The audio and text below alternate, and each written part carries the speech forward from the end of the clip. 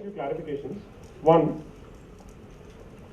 the topic says right of the deity versus right to worship. According to me, it falls into a predictable stereotype and a trap, which is to pit the right of worship against the right of the deity.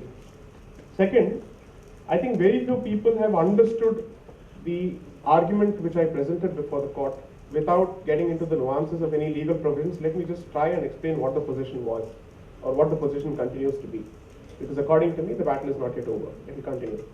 So the point which I am trying to make is simply this.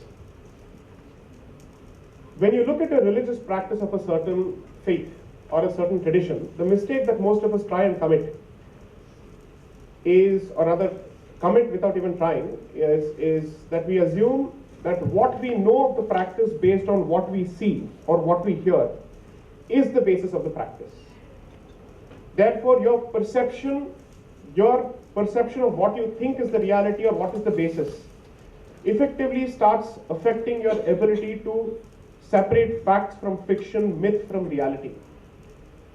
So the better part of the media discourse in the context of the Sabarimala debate has been that this entire practice is rooted in stigma associated with the physical process of menstruation, when in fact it's been our case that it's not.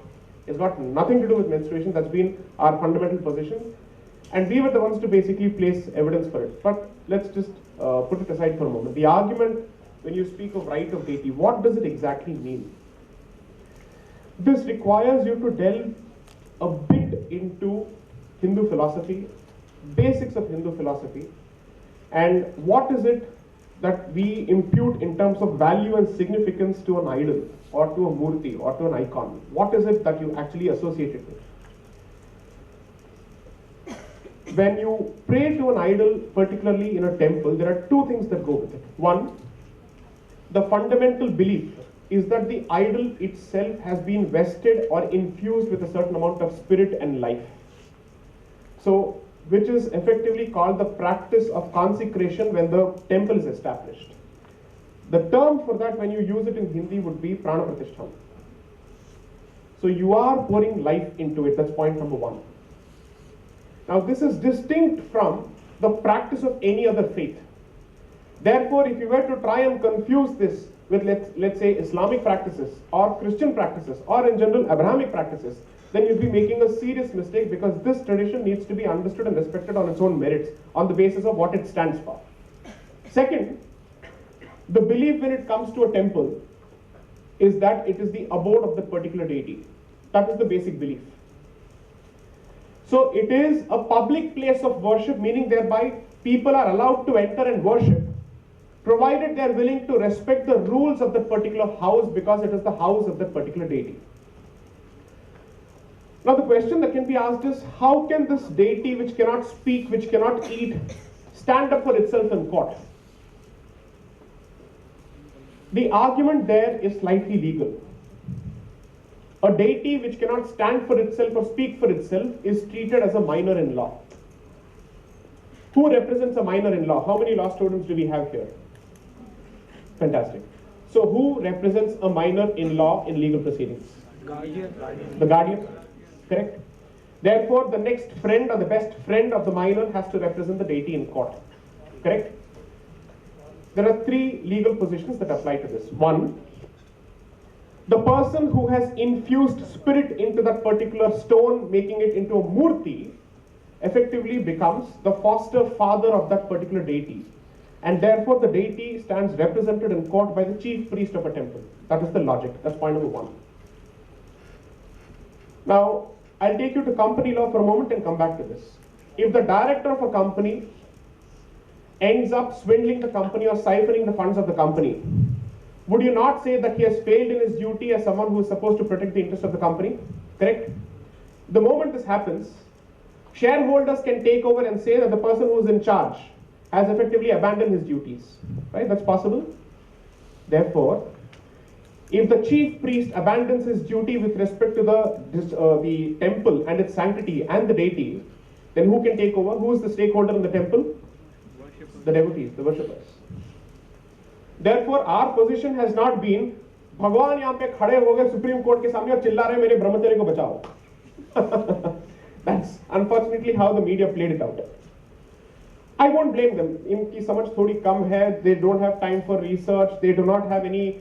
They cannot get out of this chakravyuh of news cycle. 24/7 एक ही nonsense को you keep repeating over and over again. भगवान खड़े हो गए supreme court में. अरे भाई भगवान नहीं खड़े हुए, भक्त खड़े हो गए वहाँ पे. Not नरेंद्र मोदी भक्त, other भक्त. Okay. Basically telling the court that look, this place is first of all maybe a place of public worship or a public place of worship, but be that as it may, that does not mean that the rules of the place can be violated by anyone citing individual rights. It's as good or as bad, and I've cited two good examples, and I'll say this publicly, which is to say, you go to a Ganesh temple which is in Sarojini Nagar and you say, मैं आज भोग में chicken चढ़ाऊंगा. Okay, you make that argument. Immediately there will be a reaction. Forget the emotional aspects of it. The immediate point will be, this is not your house. You can do this in the premises of your house if your conscience permits it. But when you enter a public place of worship, you will respect the sanctity of that particular place, because it's not just your faith that places sanctity in that particular temple, but everybody's faith that is connected. Right? That's point number two. Point number one. Point number two, I've given this example in the context of Islam. What is the fundamental tenet of Islam? The simple word that captures it is shahada. You have to believe that there exists only one God, and that prophet is the Prophet Muhammad is the last prophet. Can you claim to be a Muslim if you deny these two precepts? Can you claim to be a follower of that particular faith? Assume that somebody openly challenges these traditions and then says, I want entry or access into a mosque. Will he be permitted? The logic is the same. In a public place, you shall enter only on the basis of satisfaction of the rules that apply to that place. That's as simple as that. The argument then is, fine, even if that were to be the case, why is it that there is a bar on women? That is a truncated approach, and for a very good reason. If let us assume that only women are barred, and that too only because they are women, then there is a problem.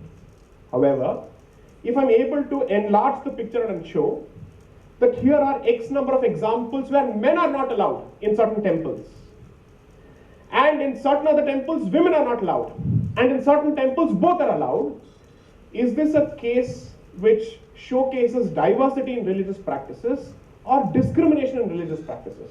That is the fundamental question. So from the very state in Kerala, we showed practices of temples where there are serious restrictions on the entry of men and their participation in religious practices. Then we also give examples from across the country. Unfortunately, this entire debate has been captured in one sentence: men versus women, temple and men on one side and women on the other side. That has been the subtext, that's been the subliminal message that's been pervaded throughout the media, in every news report. Nobody's bothered to ask themselves, what is the basis of this practice? So as far as I'm concerned, I think I don't need a mic, so I'll continue. As far as I'm concerned, fortunately this is a legal audience. It falls upon the lawyers to first think like lawyers, as opposed to activists taking activisty positions. The first principle of formulating an opinion as a law student or a lawyer is what? Finish your research. Factual research and legal research.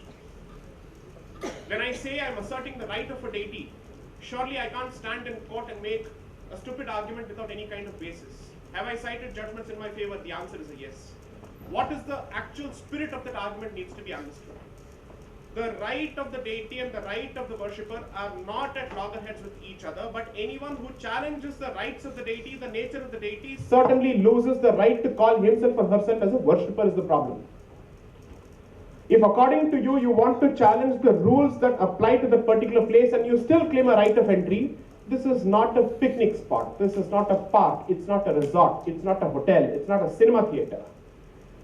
As a consequence of which, you need to ask yourself, how do you say that the right of one particular class of people who challenge everything, including the identity of the place and everything that is central to the identity of the place, continue to say that their rights must prevail over the rights of every other person who is willing to, who respects and wants to preserve the tradition of that particular place?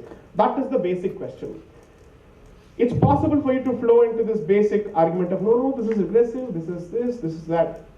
Keep it all aside. Those arguments really have no value. This is a legal question. Ask yourself the first legal questions that apply to this. Do you want, so I'll give you a simple question. Can you practice before the Supreme Court of India as an advocate on record or as any other lawyer without having satisfied the necessary qualifications of that particular place? You can't. How is it that you choose to respect the rules that apply for practice before the Supreme Court without raising this argument? I'm a citizen of this country, therefore I have a fundamental right under Article 19 to practice before this court. You can make this argument. My individual right must prevail over the right of the institution to respect itself. So think of this. You can think of it as a cult, you can think of it as a club, you can call it a gymkhana, you can call it a temple, you can call it whatever you want. But the basic principle that applies to all these places, regardless of what you call them, is there are rules that apply for access, entry, and membership. If you respect them, you set foot. If not, I'm sorry. Your right has to pave way to the rights of every other person who puts stock or who puts faith and believes in the rules of that place. Thank you.